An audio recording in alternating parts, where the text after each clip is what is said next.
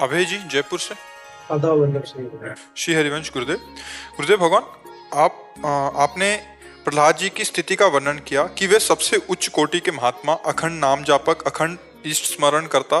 नरसिंह भगवान ने प्रकट होकर अंत में प्रहलाद जी से कहा कि भोग के द्वारा पुण्य कर्मों के फल और निष्काम पुण्य कर्मों के द्वारा पाप का नाश करते हुए समय पर शरीर का त्याग करके मेरे पास आ जाओगे। गुरुदेव, इस स्थिति के बाद भी पाप पुण्य शेष रह जाते हैं क्या? शरीर जब निर्माण होता है तो पाप और पुण्य से निर्माण होता है। ये जो मनुष्य शरीर है, ये पाप पुण्य मिला करके इसका निर्माण होता है। जैसे देव शरीर है, वो केवल पुण्य से बनता है। नरक का यातना शरीर है, वो केवल पाप से बनता है। मनुष्य लोक का जो शरीर है, वो पाप और पुण्य मिश्रित होता है, किसी का भी हो, पशु पक्षी किसी का भी हो। पशु पक्षियों में नए कर्म करने का अधिकार नहीं, और मनुष्य शरीर में नए कर्म करने का अधिकार है।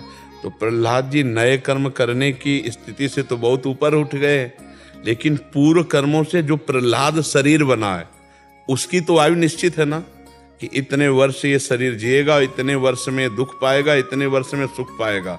तो शरीर निर्माण के समय जो पाप पुण्य रखा गया, उसका तो भोग भोगना है। लेकिन जो इस शरीर का अभिमानी जीव है, वो इस अभिमान से मुक्त होकर परमात्मा प्राप्ति कर चुका है। अब शरीर का और दुख सुख का क्रम चलता रहेगा। जैसे इस शरीर की किडनी फेल है, अब ये शरीर का प्रारब्ध है, पर मुझे कोई कष्ट नहीं। अगर कष्ट होता तो हम सैया में पड़े होते, तुमसे बात करते क्या? सुबह 50,000 आदमी रोड में खड़ा, सबसे राधे राधे करते, आके तुरंत थोड़ी देर बाद सत्संग प्रारंभ, सत्संग से एकांतिक। तो शरीर का प्रारब्ध भोग रहे ना, कट रहा है ना प्रारब्ध। अब हजारों आदमी प्रणाम कर रहा है, वो पुण्य ले रहे हैं, कुछ निंदा कर रहे हैं, वो पाप ले रहे हैं, और कुछ भोग रहे हैं, इससे पाप क्षय हो रहा है। पाप और पुण्य दोनों क्षय हो गए, अंतिम भगवान को प्राप्त कर रहे हैं। तो क्या भगवान को प्राप्त मरने के बाद हुआ जाता है क्या? नहीं, हम तो पहले ही हो गए। हमको इस शरीर से अब कुछ लेला देला नहीं। अब जैसे ताली बजी तो आवाज आई ना, तो इस शरीर का ये स्वभाव है, लेकिन हमें कोई पीड़ा नहीं। जैसे पीड़ा है, हमें कोई पीड़ा नहीं। प्यास है, हमें कोई प्यास नहीं, हमें कोई परेशानी नहीं।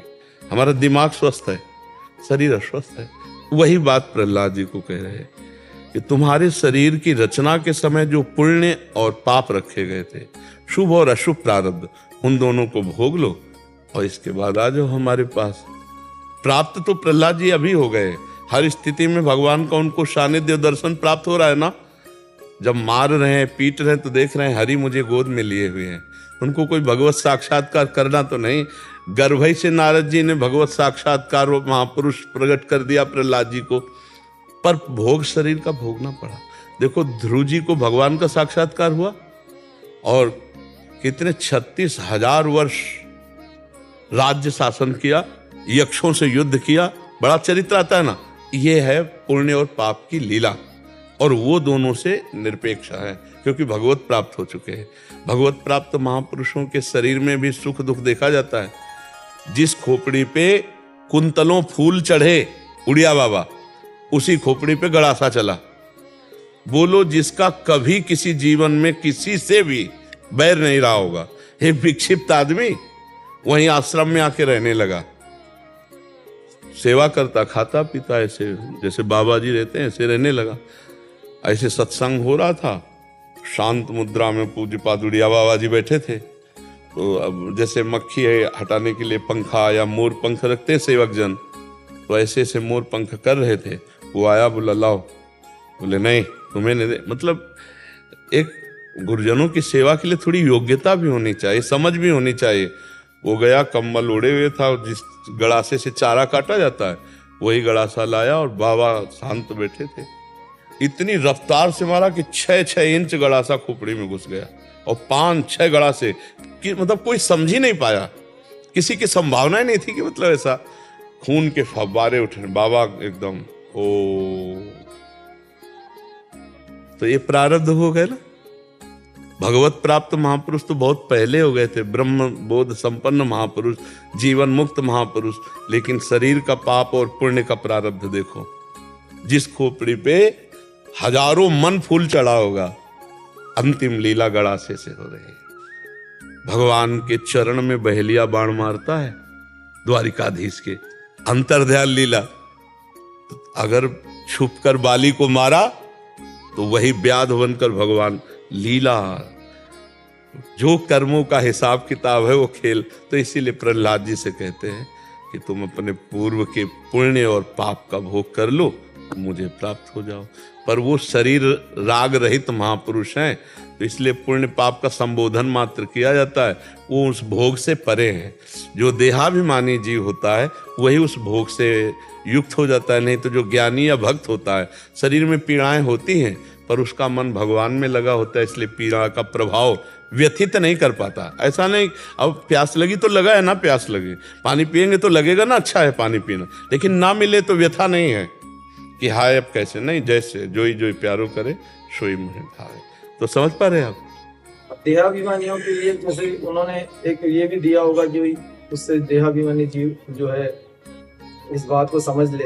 वैसे तो प्रहलाद जी तो स्वतः सिद्ध, हाँ स्वतः सिद्ध है।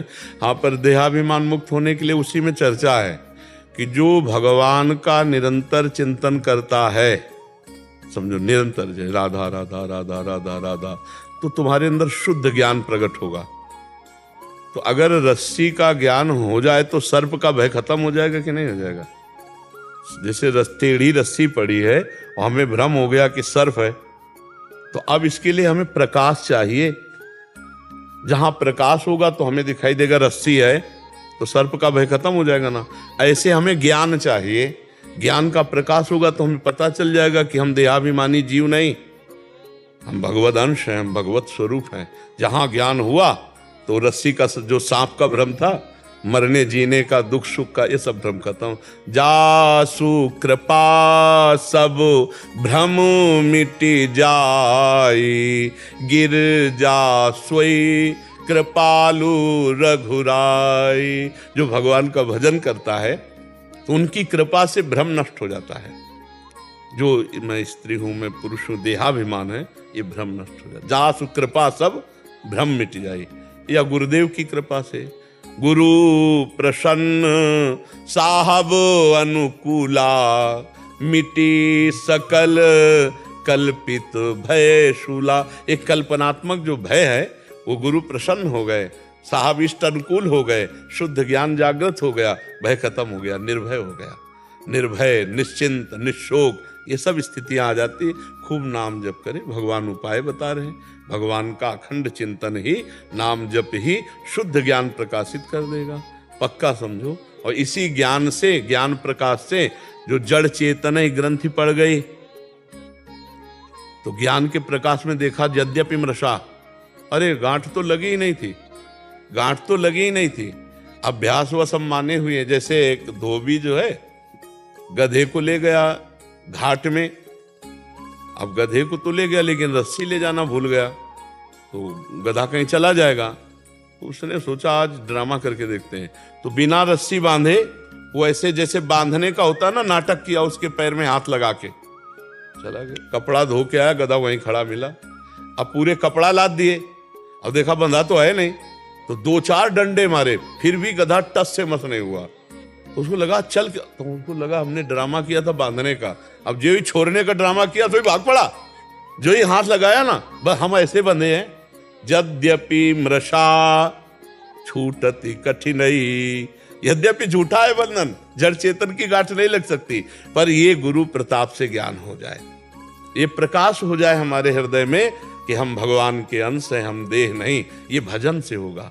बारी मथे घृत हो ये बरु, सिकता ते बरु तेल, बिनु हरि भजन न भवतरी, यह सिद्धांत अपेल। इसलिए विनिश्चितम बदामि ते नान्यथा वचांस में, हरिम भजन्ति ये नरा भवसागर तरंति ते।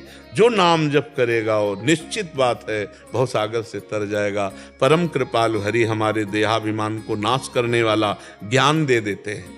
ऐसे स्पष्ट दिखने लगता है, जैसे आपका शरीर दूर है हमसे, ऐसे हमारा शरीर दूर है। बस वो गाड़ी है, यात्रा करनी है, यात्रा पूरी हो गई, अब गाड़ी से उतर गए, अब आग लग जाए तो क्या फर्क है। लेकिन बीच यात्रा में गाड़ी की बहुत जरूरत होती है।